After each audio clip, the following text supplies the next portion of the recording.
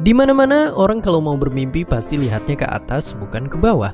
Itu kenapa ilmuwan dari berbagai penjuru dunia terus berlomba-lomba mempelajari angkasa sampai akhirnya kita bisa mendarat di bulan, bahkan sebentar lagi mendarat di planet Mars. Saking terobsesinya dengan langit, kita sering gak sadar kalau sebetulnya misteri besar juga ada di bawah sana. Seperti pertanyaan teman kita ini, misteri apa yang terpendam di bawah sana?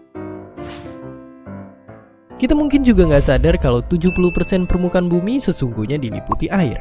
Dari segitu banyaknya badan air, ternyata baru 5% doang yang pernah kita jelajahi. Mungkin karena sesama makhluk darat, kita juga sama seperti kucing yang takut dengan air.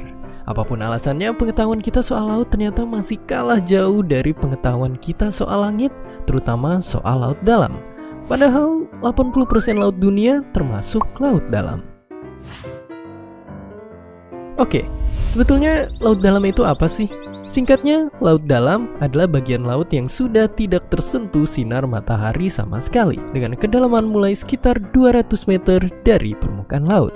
Kalau diukur dari permukaan, rata-rata kedalaman laut dalam sekitar 4.000 meter, meski yang paling dalam bisa mencapai 11.000 meter. Bayangkan saja itu seperti menumpuk 13 menara Burj Khalifa ditumpuk jadi satu. Dan ya, saking dalamnya sampai hari ini cuma ada 3 manusia yang pernah mampir ke sana. Jumlah itu fakta uniknya bahkan jauh lebih sedikit dari jumlah orang yang pernah pergi ke bulan. Memang apa susahnya sih menyelam ke laut dalam? Pendeknya, sangat susah. Karena tanpa sinar matahari, suasana jadi gelap gulita dan suhu bisa ngedrop sampai mendekati titik beku. Selain itu, tekanan juga terus membesar sampai bisa bikin kapal selam bisa penyok-penyok.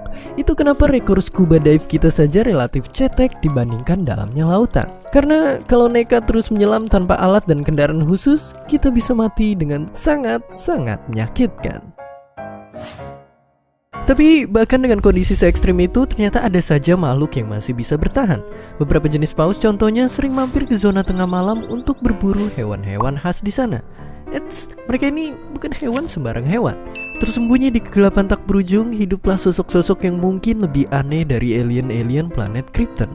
Dengan badan yang lembek, transparan, atau bahkan berlendir, mereka sepertinya cocok masuk daftar hewan-hewan menakjubkan ala dunia sihir.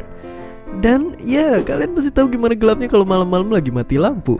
Nah, makhluk-makhluk ini bisa tinggal di tempat segelap itu seumur hidup mereka dan tanpa ngeluh sama sekali. Saking nyamannya sampai mata mereka udah buta sama sekali. Tapi saat kepepet, beberapa dari mereka ternyata sudah beradaptasi untuk bisa memproduksi cahaya sendiri. Sungguh sangat canggih.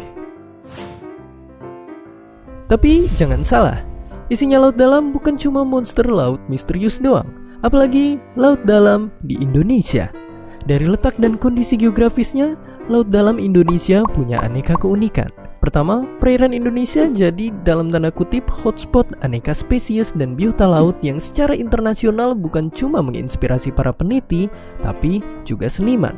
Saking uniknya, spesies ikan purba yang konon udah punah ternyata masih berenang-renang di Indonesia. Kedua, perairan kita adalah satu-satunya wilayah penghubung palung-palung tropis yang akibatnya berpengaruh besar pada iklim global.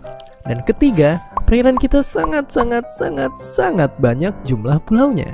Itu sebabnya banyak ilmuwan mancanegara yang jauh-jauh datang ke Indonesia cuma buat meneliti dinamika alami antara manusia dengan lautan. Dan laut dalam Indonesia juga menyimpan sejuta potensi.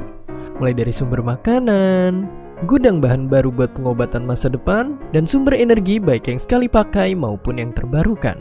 Ya, karena jadi meeting point aneka lempeng tektonik, laut dalam Indonesia juga bisa jadi pusat studi, peringatan dini, dan mitigasi bencana. Jadi kalau nantinya ada bencana besar seperti tsunami Aceh dulu, kita bakal lebih siap menghadapinya.